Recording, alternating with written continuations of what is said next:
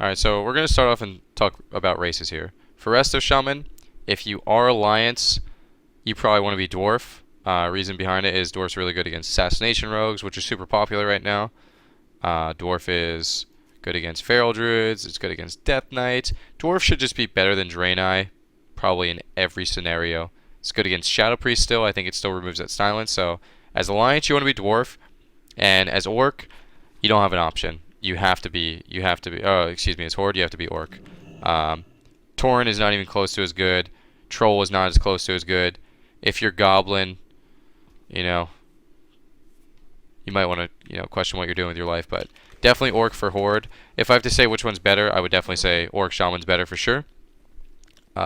Stuns are just way too good in this game, and stuns with Relentless is just, it's super good. Super good. So, if you're stuck with Alliance, you want to be Dwarf. If you have the choice to go Horde, I would definitely go Horde immediately. Honor talents and talents are kind of tricky now. There's so many options. It's actually really difficult to know what to spec into all the time. There's some that are just, it's really tricky. I think this first row for Resto Shaman is probably the trickiest. And I can't really say I've really figured this one out yet. I have preference towards Torrent versus like spread pressure teams versus teams that lock you down quite a bit. The instant healing from the Riptide is really powerful.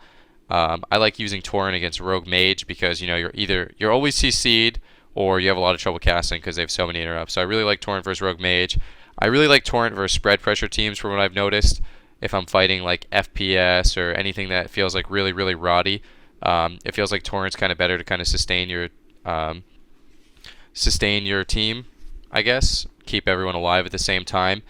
Undulation has kind of felt like the pick for me that doesn't feel like it can get amazing use out of it. It's really hard to say. The good thing about Undulation compared to Unleash Life is it saves the global, and you can get more than, you can get more than one every 15 seconds, which Unleash is right about. Unleash and Undulation are like kind of close in a way. This heals for 115,000 immediately, 15-second cooldown, 45% of your next heal. This is a 50%, which is more, but this has the instant heal. But this is on global, which, believe it or not, is actually a really big deal in this expansion. And in some situations, you should be able to get more than these. You should be able to get more than one Undulation per Unleash Life, depending on how much you can cast. Undulation is probably something that you're going to have to like get a feel for. If you're fighting a comp and it feels like all you're doing is spamming Healing Surge, it might be better. And I kind of like these talent choices when it feels like you're not the target. It doesn't happen that often, but for example, when I play FPS and a cleave is destroying like my Shadow Priest or destroying my Feral, Torrent doesn't feel good enough, especially if you're free casting. Torrent doesn't feel like you actually have the opportunity to top your partner. So like having a really big mastery heal with Unleash or, really big heals with Undulation kind of feels like the better choice. So I would say that these two talent choices are normally better if you're not getting trained. I think that Torrent is probably going to be the best talent choice for you if you are getting trained, which happens to be fairly often because Resto Shamans have always kind of been victims to that. So Undulation I don't actually like more than Unleash Life, but I wouldn't say don't try it. Definitely try it, get a feel for it, but I do like Unleash a lot. I've been playing it for a really long time, so I think it's pretty powerful when you're not getting trained. If you're having trouble keeping your DPS alive versus teams that don't have much CC. So if it's Rogue Mage, go Torrent. If it's something like, I'm trying to think of comps here, maybe it's like Ret Pally Hunter or something, and they're just training your DPS. The only CC they have is Hodge. Go for Unleash or try Undulation. This talent tree is really simple. Graceful Spirit and Windrush Totem should never be better than Gust of Wind. Gust of Wind is a must-have in every single situation. This is another talent tree that's kind of tricky here. Some of them are, just cookie-cutter builds. You never switch them, but this is another tricky one. I would say Earth Grab Totem if you're playing a comp with a lot of stuns. If you're playing RPS, the rogue could kind of stun everything all the time. I wouldn't really say go for it. I wouldn't go for Lightning Surge, that is. And any other comp, I'm trying to think. Maybe rogues are the only ones where you really want Earth Grab. I haven't experimented much with Earth Grab because I don't really play with that many classes that have stuns. I play with Enhancement Shamans and things like that. I guess I don't double Shaman that often, but take your best guess. Earth Grab is actually really good. You can use it to like get people out of stealth in the opener. You can use it to kind of like stop drinks from behind pillars. You can use it just to keep melee still. Honestly, Earth Grab Gust of Wind is a pretty strong combo. You drop Earth Grab on the ground. and you know people get stuck, you gust a wind, you're able to get away. You can kind of do the same thing with Cap Totem, but the thing with Cap Totem is it's a longer cooldown. People are more likely to kill the Cap Totem before it goes off. Earth Grab goes off immediately. Cap Totem has a 2-second charge time, which makes it less likely for you actually to get away. I personally prefer Cap Totem, but in this expansion there's so many orcs that people think it's not really as good as it used to be. 5-second stun with Orc Relentless kind of goes down to a 3-second stun. Earth Grab is probably going to get more value in terms of like full duration. Voodoo Totem is something that I found that works pretty well against specific classes. I like Voodoo Totem versus Resto Shaman teams. Resto Shaman teams have almost that permanent R mastery, so Voodoo Totem gives you a way to kind of give you an extra free interrupt on a fairly short cooldown. I also like Voodoo Totem when you play with classes that have roots. You play with Feral Druid, they root someone, drop a Voodoo Totem, they're stuck in that full hex while they're in the root. You could do that on healers, you could do that on DPS. It also works with Mage, even though Mage has poly. So it's something you can experiment with. It's normally, I would say Voodoo Totem is one of the ones that doesn't get used nearly as often.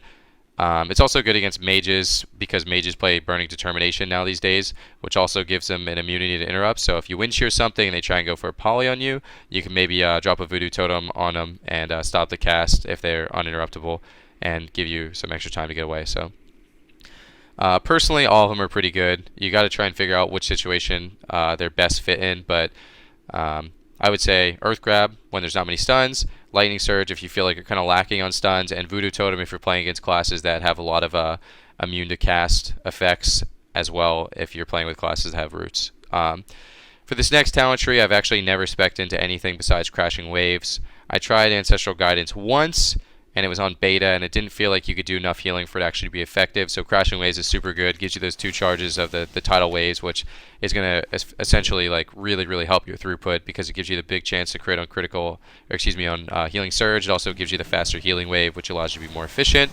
Crashing Waves is definitely the clear choice.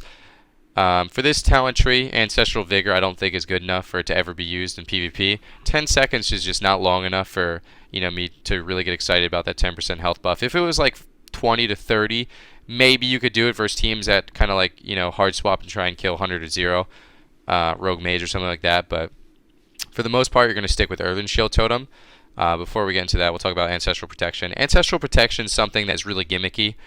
I would say if you're really dying to something over and over again in the opener and it feels like you can't live, you could try Ancestral Protection Totem. But the thing about the totem is it'll probably never work more than once, especially versus the same team, because once they kind of figure out that you're dropping it at really low health, they'll stop killing you, they'll kill the totem, they'll kill you, and you'll be really sad. So it's also a 5-minute cooldown.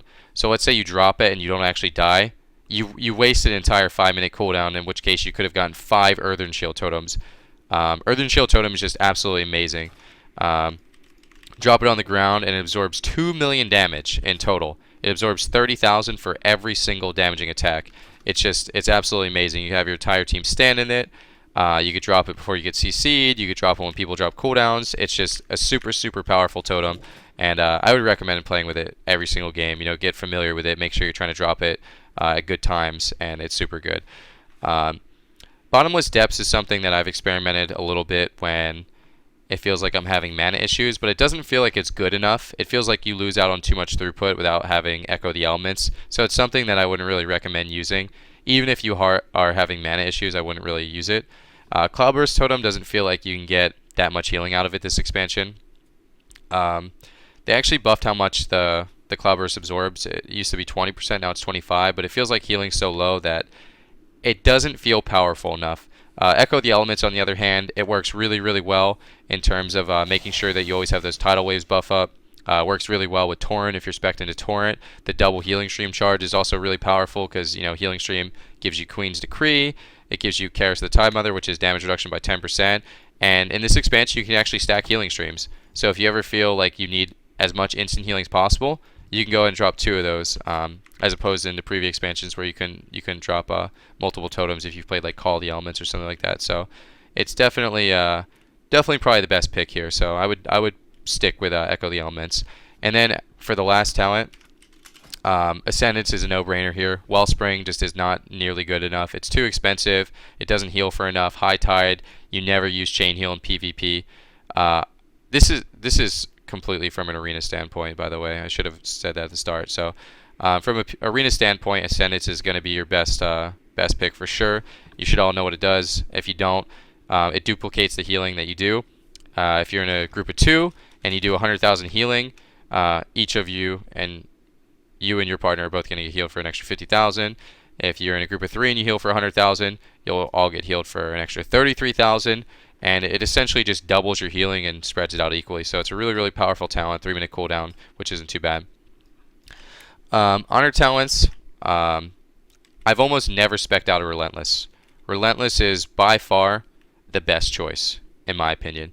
You're going to find very, very, very rare situations where you're like, man, maybe I need a trinket versus that. And those situations are you dying 100 to 0? And comps that could do that to you, believe it or not, are Destro Warlock, Windwalker Monk. From what I understand, the comps that have only killed me 100 to 0 so far this expansion, believe it or not, are Windwalker Monks. They actually have really, really crazy damage, and if you don't trinket, you could die to the Strike of the Windlord Touch of Death combo. So I would maybe recommend going Gladiator's Medallion versus Windwalker comps. Other than that, Relentless should give you more than enough time to kind of get out of CC and be able to use your cooldowns effectively. This is another tricky talent tree. It's fairly simple when you break it down, but I'll go ahead and break it down for you. So Vim and Vigor is by far the best talent choice if you can stay above 80%. Okay? It's a lot more difficult than it sounds to stay above 80% because Vim and Vigor is a really, really easily noticeable buff. So when you play Vim and Vigor, if another team recognizes it, they're going to try to take advantage of that and make sure you lose out on that 20% healing, which means you're going to be the main target. You're a Resto Shaman. It doesn't really work out for you. Defender of the Weak, on the other hand, anytime you heal someone below 50% health, you gain 20% haste, which is also really good. Helps you get those casts out faster. I think it still makes your Riptide tick faster. I'm not really sure. It allows you to be your globals are faster. You can maybe help purge a little bit once you have that fast global, help get hexes, things like that. And Inner Renewal, I talked a little bit about Bottomless Depths if you feel like you're having mana issues. Inner Renewal is actually a better talent choice, I think, if you're having mana issues, especially if they're training you. You lose out on a lot of throughput, so you really have to be careful with this talent choice. If it's a really, really slow-paced game, you're fighting something like a Prot Pally, something that is just going to take you to dampening, or you're maybe even playing with a Prot Pally. Inner Renewal is a pretty good talent choice. You got to be careful though, because you lose out on a lot of throughput. So Vim and Vigor, you got to make sure you're playing against comps that don't necessarily train you. I play Vim and Vigor a lot versus Rogue Mage because it feels like Rogue Mage has a lot of trouble actually killing you. With Orc Relentless, they can't really kill you in stuns. You have a lot of time to kind of slip away. They can't really stick on you. I also play Vim and Vigor a lot as FPS. Because you have a lot of off healing, you're playing a comp that has a lot of protection for you. So if they train you, you have your teammates that kind of top you off above 80% health. Some of the more crazy cleaves, like Assassination Rogue, Assassination Rogue DK or something crazy like that. Windwalker DK. I would recommend going Defender of the Weak. If you think you're going to be the target of the choice and you're not playing a comp that could defend you really well, Defender of the Weak is going to be good. Defender of the Weak will always work, no matter who's getting attacked. Vim and Vigor won't work if you're being attacked, so it's kind of a greedy talent choice. You might need to kind of play the matchup a couple times, and if you're losing because you're playing Defender of the Weak and they're killing your partner, give Vim and Vigor a try. So definitely something that is going to take a little bit of experience here, but it's really nice to know that you have so many options to kind of help you out in bad matchups. This is also another tricky one. Sky Fury Totem only works on spells and healing. Wind Fury Totem only works on melee, and Counter-Strike Totem kind of works for everything, so Counter-Strike Totem is normally the default pick. Counter-Strike Totem is really bad against dot comps though, because it's only direct damage, so it's really bad against like Feral Druids because they're all bleeds, Shadow Priests, they don't do much single target. You could play it versus Moonkins even though they're really dotty, but you could try and Counter-Strike big full moons and stuff like that, and so on and so forth. But for the most part, unless you're playing like a full caster comp, I wouldn't recommend Sky Fury Totem. If you're playing like Resto Shaman, Shadow Priest, Mage, Sky Fury Totem works great with mages, works great with Demo Warlocks, anything like that. But Counter-Strike is generally the best choice. I think Wind Fury is actually just really bad. I wouldn't recommend playing Wind Fury unless you're playing double melee and you're fighting a dot cleave, because then Counter-Strike's worthless, and the only thing that you can really pick is Wind Fury.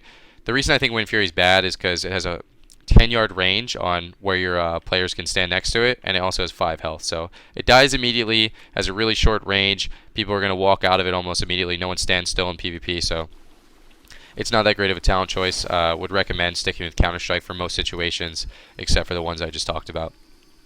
This is another interesting talent choice right here. You would think Calming Waters is better in every single situation, but sometimes Swelling Waves actually kind of pulls ahead. Purifying Waters I haven't seen. I tried it in the beta and it was actually okay, but I don't see too much use for it. I wouldn't really recommend it. If you're spam purging, you're probably going to immediately, in which case you'll die, and it's just not very good. I would never play this talent. Calming Waters, I would say, is most likely always better if there's 2 interrupts. In some situations, it's probably not better. Trying to think of one, for example. Maybe if you're dying to... I've used this comp a lot, but it's pretty popular on FPS, and they're not really on you that often. Swelling Waves actually gives you a lot of throughput. Swelling Waves is more throughput, especially when they're on you, because it doubles your Healing Surge amount, which is really, really powerful. So you cast a Healing Surge, heals you for 200,000, 3 seconds later, another 200,000. I wouldn't recommend playing Swelling Waves versus... Well, first of all, you never want to use it if you're not the target of choice, because it only works on you. It does not work on your partner, so let's get that clear. Second of all, you got to be really, really confident when you're playing Swelling Waves. I played it before in certain situations where, you know, I had Bean off healing me if I got interrupted and stuff like that, but it's a really, really tricky comp, or tricky talent to use. Feral, Shadow Priest, Holy Pally, you know, there's only 1 interrupt. If there's only 1 interrupt on the team and you're not or you can be targeted, it's always better. It's always better, because if there's only 1 interrupt on the team, you don't actually need the arm mastery, right? So Calming Water is probably going to be your default choice. If you're not comfortable with Swelling Waves, I wouldn't even recommend using it. Calming Waters is just really nice. It helps you get those arm mastery casts out without being broken down. So I would recommend that one. Voodoo Mastery, Electrocute, and Grounding Totem. Surprisingly, Electrocute's actually pretty good. I think this talent's a lot better than I originally thought it was.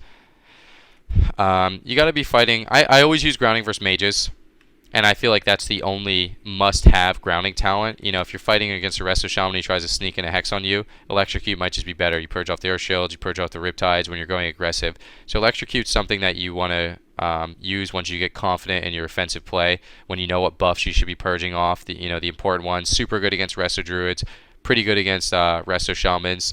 I wouldn't really say it's that amazing versus Disc Priest and Holy Pallies. They don't really have that many buffs, but versus Resto Shamans, Mistweaver Monks, Resto Druids, Electrocute could definitely be a really powerful choice, and I would definitely recommend trying it. You know, purging off the Renewing Mist, the Enveloping Mist, you know, Rejuves, Life Blooms, things like that. And if they're not playing with a Mage, and maybe not playing with a Warlock, you don't even need Grounding Totem versus a Warlock. It's good, but you know, you're giving away a little bit of a defense for a little bit of offense, which can always be good if you guys are having like a little bit of trouble getting kills. Voodoo Totem, or Voodoo Mastery, excuse me, I think is almost always better if the team has no decurse. So if you're fighting like a Monk healer or a Holy Pally healer, and it's like Windwalker DK Holy Pally, or Mistweaver Monk, Warrior, Death Knight, or something like that, you know, 10-second cooldown Hex the Warrior. You know, 10 seconds later, Hex the Death Knight. 10 seconds later, Hex the Warrior. I wouldn't recommend using Voodoo Mastery if you're playing like a dot comp, though, because, you know, the dots will break the Hex immediately. But Voodoo Mastery is really powerful. Definitely something that should not be underused. And you're going to try and look to get the most value out of this when teams don't have a decurse. So definitely really good. And then Grounding Totem, you guys have had this forever if you never played with Grounding Totem. Really, really good against caster classes. Like I said, I would never not play this versus Mage. Always play it versus Mage. And if you're playing against other casters that have, you know, CC or damage, Grounding Totem is definitely really effective. So if you feel like you're not going to get use out of Electrocute or Voodoo Mastery, let's just make sure you're spec'd into Grounding Totem. Sometimes you don't even need Grounding Totem. There's not even cast on the other team. So you change this one up quite a bit. And then for this last talent choice, it's a no-brainer. Rippling Waters isn't good. Spirit Link isn't good. Earth Shield, forever and always. 20% damage reduction. It does healing. It's just by far the most powerful. I would not recommend ever speccing out Earth Shield. You always want to have Earth Shield up on the person that's taking the most damage, because it reduces damage by a lot. And if they get hit hard enough, they actually get healed for quite a bit. So I'm going to go ahead and move this into the artifact power. Let me just turn my cam off here real quick. Sorry. Alright, so the Resto Shaman artifact tree I actually think is worse than most healing artifact trees. A lot of talents in here are completely useless. They're pretty unexciting. For example, increased healing done by Healing Rain, doesn't matter. Increased healing you do by Bloodlust, can't use that in PvP. Increased critical strike and chain heal, doesn't help. Reduce the cooldown Reincarnation, irrelevant. You can't use that in PvP. Increase the mana refunded from Resurgence with chain heal, once again, doesn't matter. So a lot of these points in the Resto tree are actually very, very unexciting. And the Resto tree was kind of difficult for me to figure out immediately. I think that this is the best gold trait by far, Queen's Decree. So if you want to go straight for a gold trait, you just go right up the right and you go for Queen's Decree immediately. I actually took a different approach. I thought that Riptide, 15% healing on Riptide, is amazing. 15% healing on Riptide. Let me see if I have some recounts up here. Healing done. Just for some random arena games.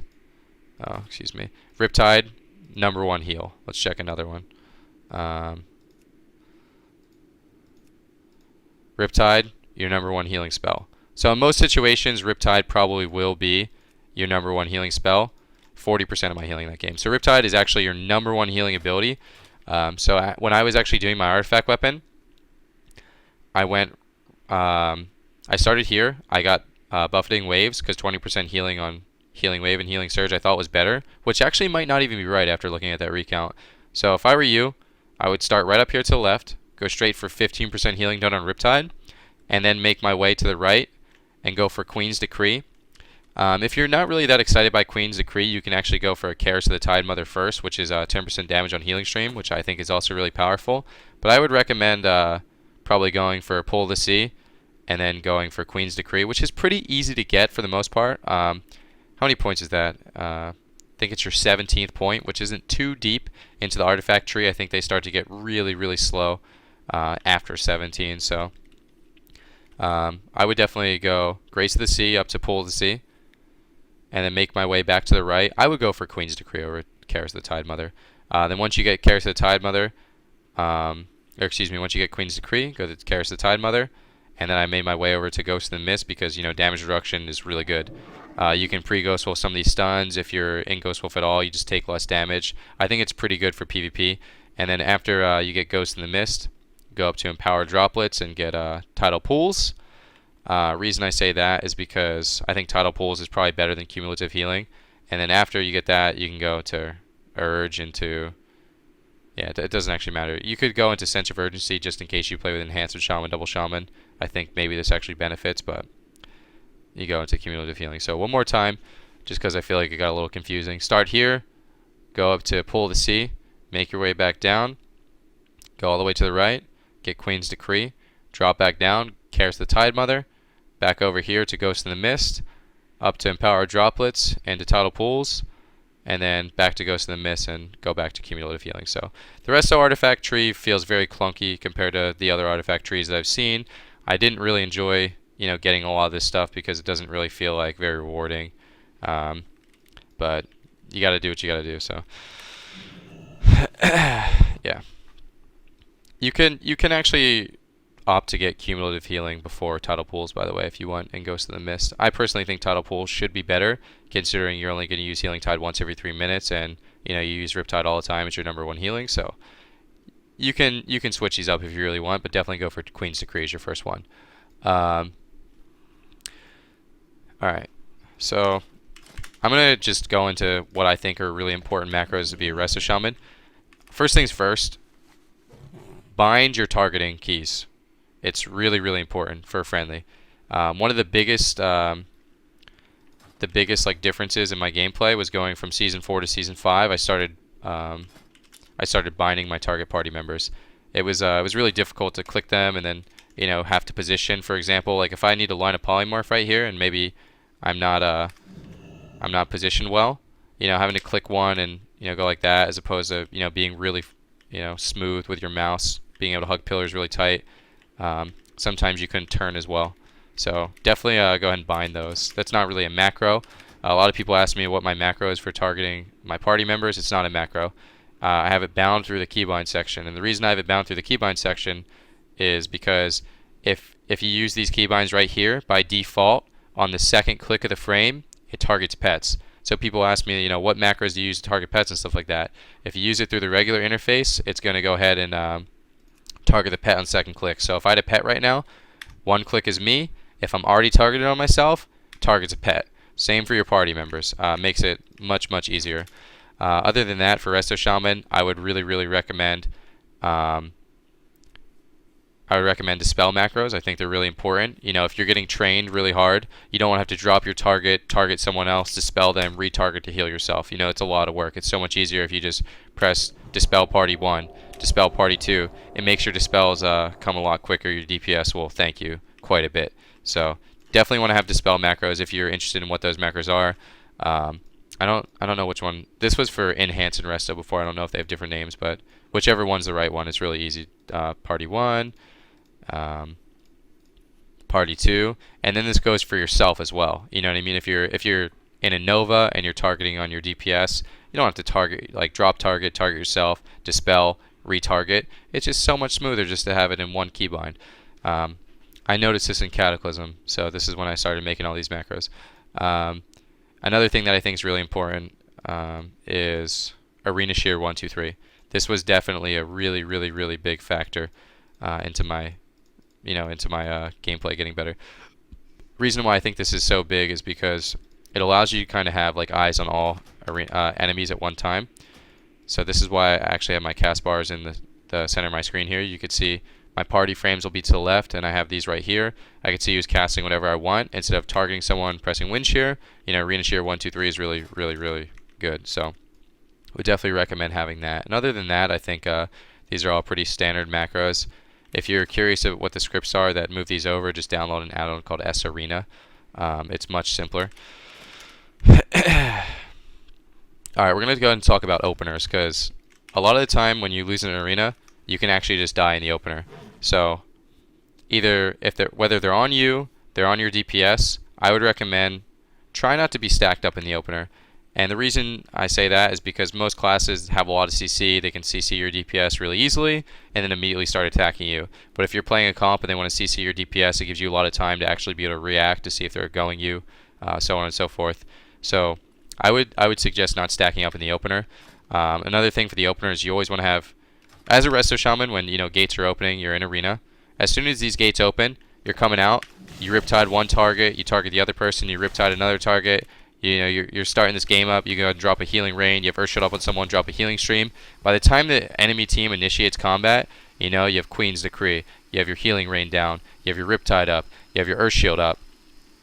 You want to make sure that you're always pre-hotting before every single game. As soon as those gates open, put a Riptide up on yourself, put a Riptide up on your partner, and then you should even have time to put a third Riptide up. So you already have those 3 Riptides rolling, gives you kind of, a foot in the door for the damage that's about to come in. Another thing that I really recommend is at the start of the game, if people pop cooldowns immediately, first global, Earthen Shield Totem. There's no better button to press. If you see the enemy team trying to, go off, pop a lot of damage in the opener, Earthen Shield Totem, and just stand in it. This thing is going to tank an unbelievable amount of damage. Not only will it tank an unbelievable amount of damage, it's going to make you fairly safe to just go ahead and free cast. So you have Earthen Shield down, this team's going ham, go ahead and free cast. And the thing now is with the Earthen Shield down is if you get interrupted, you're not scared. If you get interrupted without Earthen Shield Totem down, you're going to be in a little bit of trouble. So you put your Earthen Shield down, you start casting a heal, you get interrupted. If you're in a lot of trouble, you can go ahead and Astral Shift, which you are able to use while interrupted. So let's just say, you are still dying. You Astral Shift, you're going to survive this lockout because, you have the 40% damage reduction, you have your Earth Shield up, you have your Earthen Shield down, and then when you come out of that, you have Calming Waters. So out of that CC, you actually have a lot of time to just kind of free cast. You always want to have your tidal waves up, but yeah, so dealing with openers, this is if they're on you, of course. You have your Calming Waters. It kind of works for the same way on your partner too. They have the Earthen Shield. If you get interrupted, you come out in CC. So you want to make sure that you proc Calming Waters when you're not taking that much damage is basically what I'm getting at. So you want to use cooldowns preemptively before getting interrupted. Then you want to come out and you want to start, just doing a ton of healing while you're already interrupted. You also have the choice to Ascendance if you still feel like you're taking a lot of damage, you want to make sure you always Ascendance with Calming Waters every single situation, unless there's no interrupts, of course. This will give you a lot more healing as well. And after that, like after your Earthen Shield's faded and stuff, you should be in a pretty good spot. But if not, if they're still training you, you can go and drop a Capacitor Totem on top of all of them. And then you could try and Gust of Wind out. I always try and drop Cap and then Gust of Wind out. That way people can't like immediately get back to you with Shadow Step, Charge. You know, if they're in a stun, you actually have time to like kind of get out of line of sight and then be able to recover again. So that's normally the best way you deal with openers is, you know, just Earthen Shield Totem. You want to get interrupted early. The earlier you get interrupted, the better off you are, because, you know, if you start getting interrupted when someone's at 30-40%, then they could actually die. So it's kind of scary. Also, it's pretty good to counter-strike all that opening damage too. So not only do you actually survive really well defensively, you also get a lot of offense back into it too. So at the start of every opener, if people are actually going really, really aggressive, Earthen Shield Totem, it's going to be your best friend. Go ahead and get interrupted. Calming Waters is going to do the rest, and you should be pretty good there. So for cooldowns, Spirit Link is kind of one of those cooldowns that you're not really going to match with any cooldown per se. Use Spirit Link as you find it necessary. And it's kind of the same with Earthen Shield Totem. Like, it's really good to match Earthen Shield Totem with other people's cooldowns, but I don't really know many cooldowns that are kind of like on a 1 minute cooldown. It feels like Legion is a little less scripted.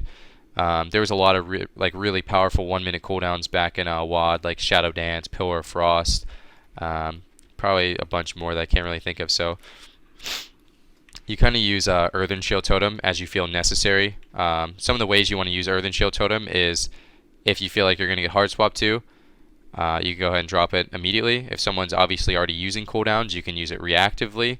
And if you think you're going to fight a team that's going to CC you and you need to drop it, it's a really short cooldown and it lasts like a decent amount. So 15 seconds, 1 minute cooldown. So, you know, you don't want to waste it, but it's definitely not bad to use it like pretty preemptively. Earthen Shield Totem should almost be used every single minute. It's just a super powerful totem, and like I said, it's going to be your best friend. Normally, I kind of stack Healing Tide with Spirit Link because it feels like Shaman spread healing this expansion is pretty bad. So normally when you group up and you all start taking a ton of damage, I normally drop Healing Tide with it. You don't have to drop Healing Tide with Spirit Link. You can use it before as maybe like a little extra hot to keep your team offensive, or if you feel like you're rotting and you're actually facing like a rotty comp. You know, Shadow Priest, Feral, Shadow Priest, Moonkin, you know, Warlock, whatever, things like that. You can definitely drop Healing Tide before Spirit Link, especially because, you know, the Spirit Link isn't really ever going to be that effective. But I would say normally I do pair Spirit Link and Healing Tide together. And Astral Shift is the cooldown that you can sync this up pretty well. I almost every time I get Vendetta, I match it up with Astral Shift. You can't actually match it up with like Incarn and stuff like that, but if you use it immediately when you get Incarned, you can use it a second time as it comes off cooldown, things like that. So Astral Shift is actually fairly powerful.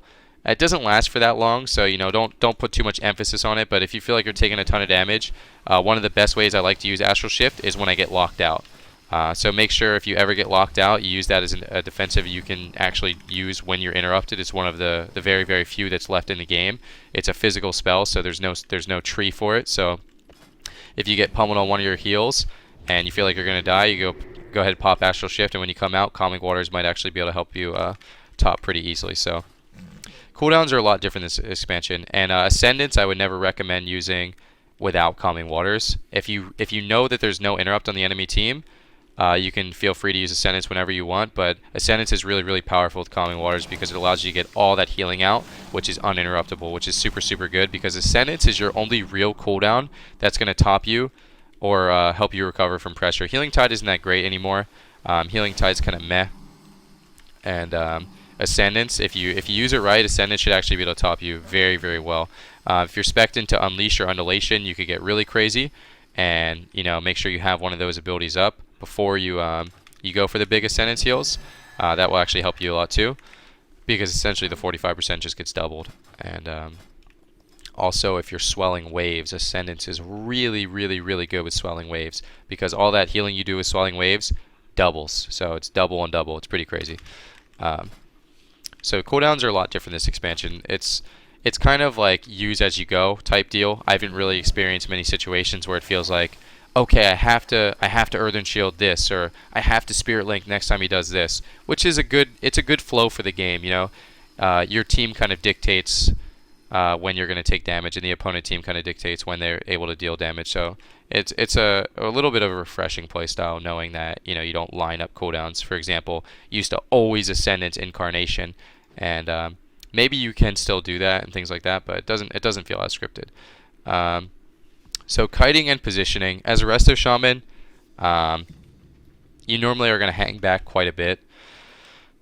I would say you're always going to play passive for the most part, unless you're playing like very, very aggressive. It sounds silly, but you want to be a very casual passive healer playing in situations like this, unless your team's going for the kill, in which case you want to be right on top of them. You want to you kind of want to be in there. You want to be dropping cap totems. You want to be going for purges and things like that. So you got to make sure that you have a clear communication with your team in terms of, are we playing aggressive here? Like, is this going to be the kill? And your DPS should know, like, oh no, this Shaman's still a Spirit Link, we're not going to kill here, things like that. So you got to be very, very vocal with your team on when you should actually be aggressive. But for the most part, for Shaman, you always want to kind of be pillaring, and you never want to have someone split between you. So let's just say, for example, your DPS is out here. They're casually attacking someone, and then you have a mage right here. Okay, this is poor positioning by DPS. If you step out, you're gonna get sheeped, and your DPS can't help you. Okay, so you got to make sure that you communicate really well, have your DPS come back, and for the most part, you're gonna position always near pillars. So Shaman pillar, there's a reason that exists. You want to make sure you're always avoiding CC. You want to make sure you're always really far out of the fight, so you're not easily swapped to. No matter where you're at, you can always position really well. If your team's fighting down here, you can, this is just one map, but it's fairly easy to position. Just if you record your games or something, or if you pay close attention, if you ever get CC'd or you ever get swapped to, ask yourself this question: was I in a good position? Because as like a rookie healer, as a healer getting better.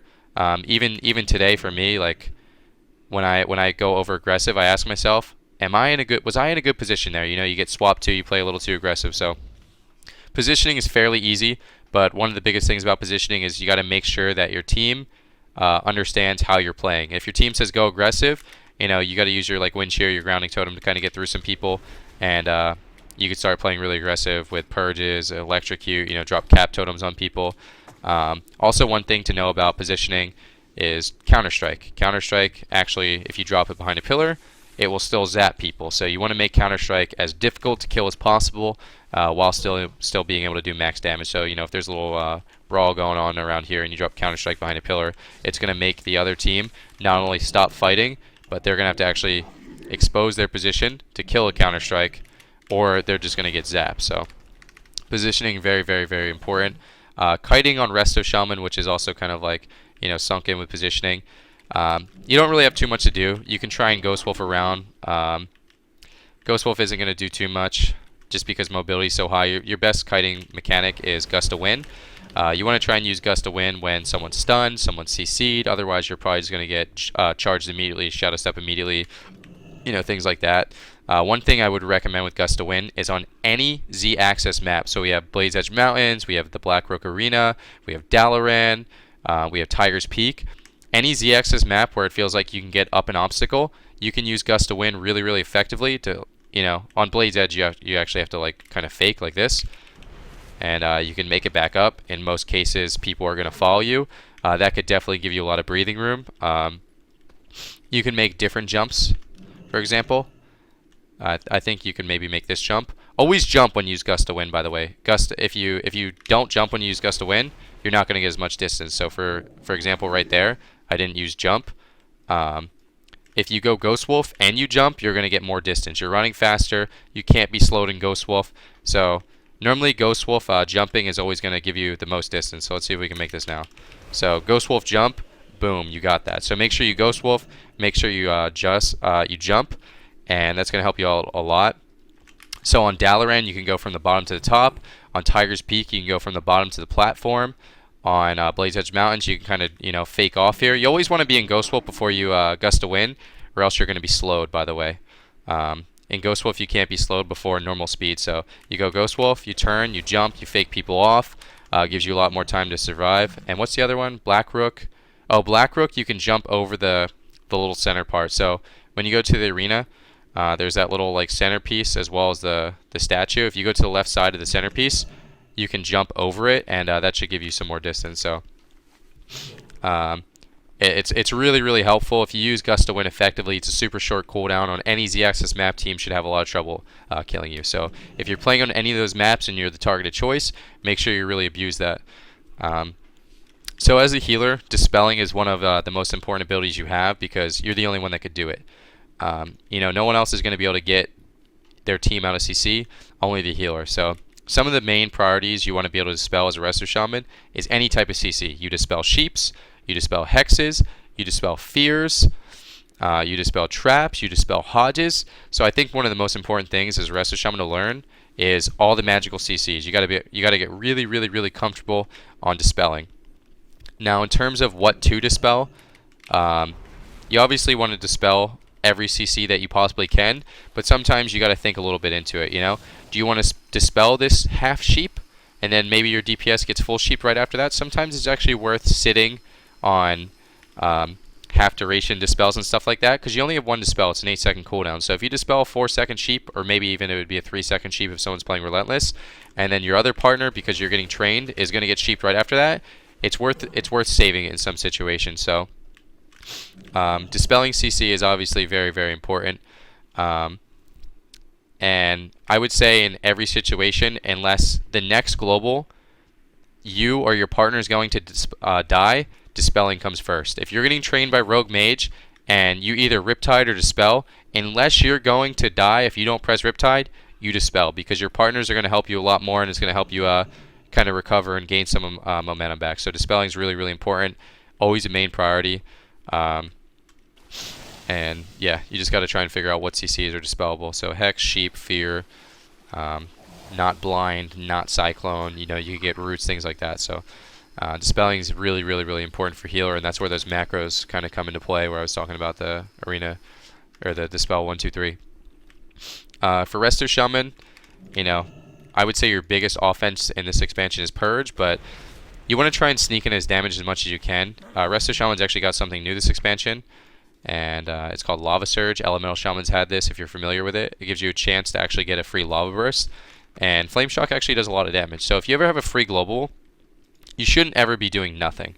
If you ever have a free global, you should always be Flame Shocking targets for help to kill. You'd be throwing some Lava Bursts out there. You never do nothing as Resto Shaman. So you want to try and spread Flame Shocks. If you're Rock Comp, you want to always have a Flame Shock on the kill target. If you get those Lava Burst procs, you could throw the Lava Burst procs out there. But I would say in terms of priority, Purge is always the most important one. If you have free globals, you got to look for those important buffs to purge. Excuse me. The thing with this expansion is they actually remove so many trash buffs that almost every buff's important. So you face Druids, all you can dispel are Hots. If you face Paladin, all you're gonna get is those blessings. So it actually makes purges a lot easier, and you just gotta try and figure out versus every class what are important buffs to purge. So you want to break it down. You look at mages, you want to get rid of the icy veins. You want to get rid of the combustions. You want to get rid of the ice form. Shadow priest, you want to get rid of the power infusion. Disc priest, if you're capable, you want to get rid of the shields. Druids, you want to get rid of the hots. Same with Mistweaver, the renewing mist, the enveloping mist. So purge is a really, really powerful mechanic. Obviously, you got to figure out when you can prioritize it. Purge is going to be something that you need to kind of get a feel for. If you're playing like a really aggressive comp, sometimes you actually prioritize Purge over healing.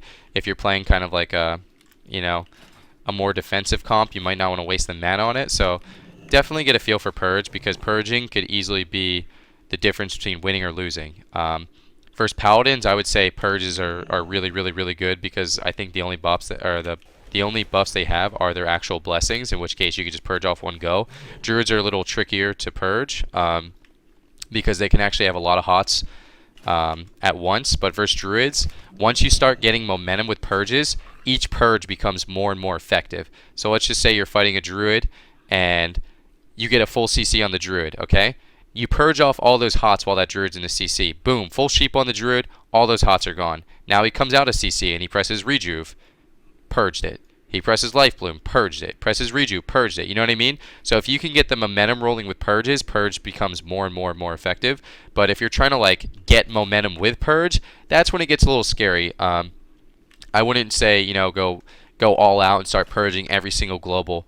Kind of let, you know, your team do the work for you. So once you start getting momentum, then you could start purging, and then you could follow that up with more purges with momentum. And you know, you have your flame shocks out, you can start lava bursting. It's going to be something that it's going to take a while to get. You know, I could give you all the tips in the world, but you got to get in there, you got to get a feel for it, you got to try and understand when is a good time for me to purge. You know, my team's dying.